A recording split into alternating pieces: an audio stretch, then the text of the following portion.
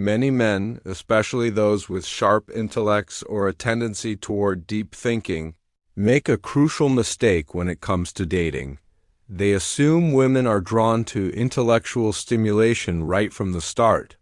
They believe that showcasing their intelligence, emotional depth, or philosophical insights will impress, inspire, or even awaken something in a woman. They picture her leaning in, captivated by their thoughts on Nietzsche, psychology, or the complexities of modern relationships. But here's the hard truth: most women aren't looking for that kind of mental engagement early on. It's not that they can't appreciate it or aren't capable of deep conversation. It's that intellectual discussion doesn't create attraction. In the initial stages of dating, arousal isn't about logic, it's about energy, mystery, and the unspoken tension between masculine and feminine dynamics. When a man sits across from a woman and dives into heavy topics too soon, he might think he's demonstrating value, but what he's really doing is shifting the vibe from magnetic to mental. The more he makes her think, the less she feels. And if she isn't feeling anything, she won't want anything. A woman doesn't fall for a man because he unpacked his theories on trauma bonding over dinner. She falls for the way he carries himself, the way his presence commands the room without saying a word, the way his confidence makes her pulse quicken. Intellectual depth is valuable, but timing is everything. Leading with your mind too early doesn't impress, it overwhelms. It turns what should be a light, exciting interaction into something that feels like a lecture or, worse, a therapy session. The mistake here isn't being smart or thoughtful, it's misunderstanding how attraction works. Women are drawn to emotion, sensation, and the thrill of the unknown. A man who reveals everything up front leaves no room for curiosity. He becomes predictable, familiar, and worst of all, safe, which is the opposite of intoxicating.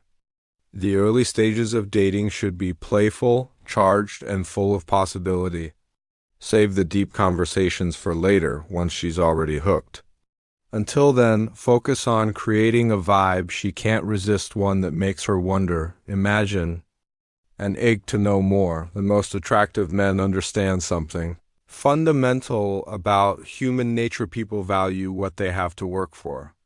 When you reveal everything about yourself too quickly, you remove all sense of mystery and challenge. She doesn't get the chance to wonder about you, to let her imagination fill in the gaps, to feel that delicious tension of wanting to know more. This is why containment beats confession every time. It's not about being dishonest or playing games. It's about understanding that emotional intimacy needs to be earned, not given away freely like cheap candy. A man who shares his deepest thoughts and vulnerabilities on the first date might think he's being authentic, but what he's really doing is robbing her of the slow unraveling that creates real connection. Masculine energy thrives in restraint.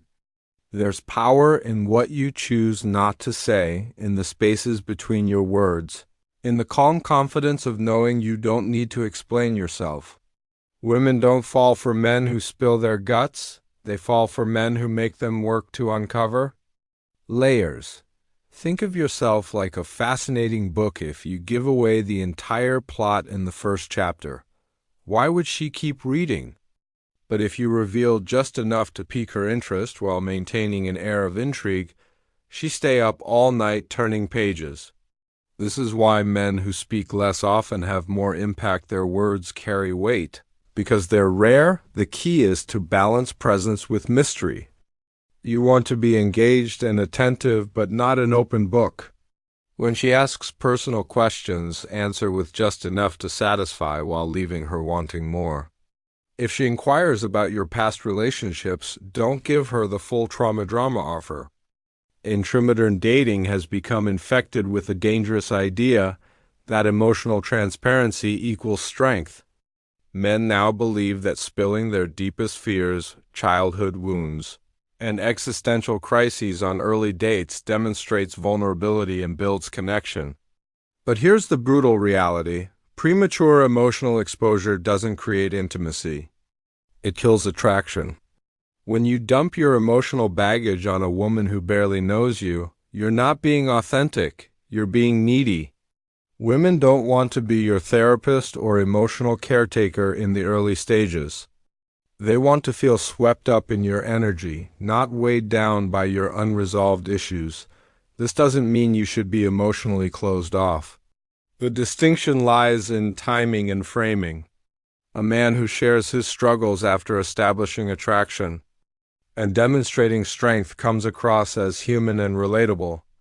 That same man sharing those struggles before establishing his frame comes across as weak and unstable.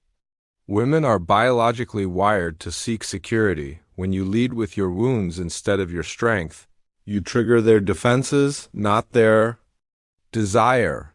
The most attractive men understand that emotional openness is a privilege to be earned, not a strategy to create connection. The irony is that men often share too, much too soon because they're desperate to be understood, but this very desperation repels what they seek. True masculine appeal comes from being at peace with not being fully understood, from having an inner world that isn't dependent on external validation. When you can sit comfortably in silence, when you don't rush to fill space with your story, when you're perfectly content being somewhat mysterious, that's when she becomes truly curious about you. Emotional restraint isn't about hiding who you are. It's about revealing yourself to someone who's proven they deserve access to your inner world. The most magnetic men understand a fundamental truth about attraction. It lives in the nervous system, not in conversation. While most guys are busy crafting the perfect things to say, the truly successful ones focus on how they make women feel before a single word is spoken. This is the power of presence over performance. Your body language, the intensity of your eye contact, the way you occupy space, these communicate more about your masculine essence than any clever dialogue ever could. Women don't fall for what you say, they fall for how you make them feel when you're saying nothing at all. This explains why some men create electric chemistry without even trying, while others deliver perfectly constructed monologues that fall flat. Attraction operates on a primal level where posture speaks louder than poetry. When you stand with relaxed confidence, when your movements are deliberate and unhurried, when your gaze holds just a second longer than expected, these are the signals that bypass a woman's logical mind and speak directly to her biological wiring. The man who masters this silent language understands that arousal comes from tension, not information. He knows the power of a well-timed pause that leaves her hanging, or a smirk that suggests he knows something she doesn't. The paradox is that the less you try to verbally impress her, the more impressive you become. When you resist the urge to fill every silence with chatter, the space between words becomes charged with possibility. This is where real seduction happens, not in the exchange of ideas, but in the unspoken dance of masculine and feminine energy. Your quiet confidence becomes the blank canvas upon which she projects her own desires and fantasies, making the attraction far more powerful than anything you could consciously create through words alone. The art of seduction isn't about revelation, it's about delayed gratification. Most men make the critical mistake of laying all their cards on the table too soon, desperate to prove their worth through words. But true mastery lies in understanding that every piece of yourself you withhold becomes infinitely more valuable. Think of yourself as a rare manuscript. If you let her read the entire book on the first date, why would she come back for more? The key is to give just enough to intrigue while leaving her hungry for the next chapter. This isn't deception, it's the psychology of anticipation. The same principle that keeps us glued to great novels and binge-worthy shows. Women don't want a man who hands over his entire emotional blueprint in one sitting. They crave the thrill of gradual discovery, the slow unraveling of layers that makes them feel they're uncovering something special. When you answer personal questions with playful deflection instead of full disclosure, when you hint at depth, without diving into it, you create an irresistible puzzle she compulsively tries to solve.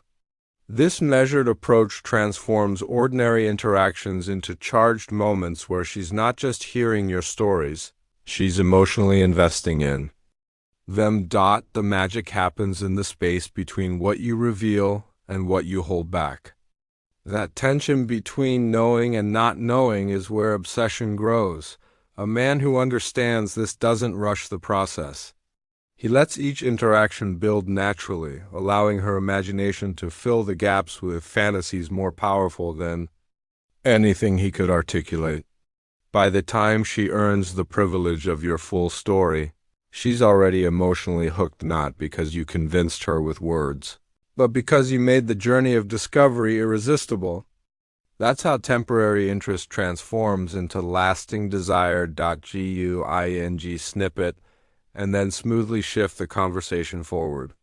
This creates what psychologists call the Zeigarnik effect.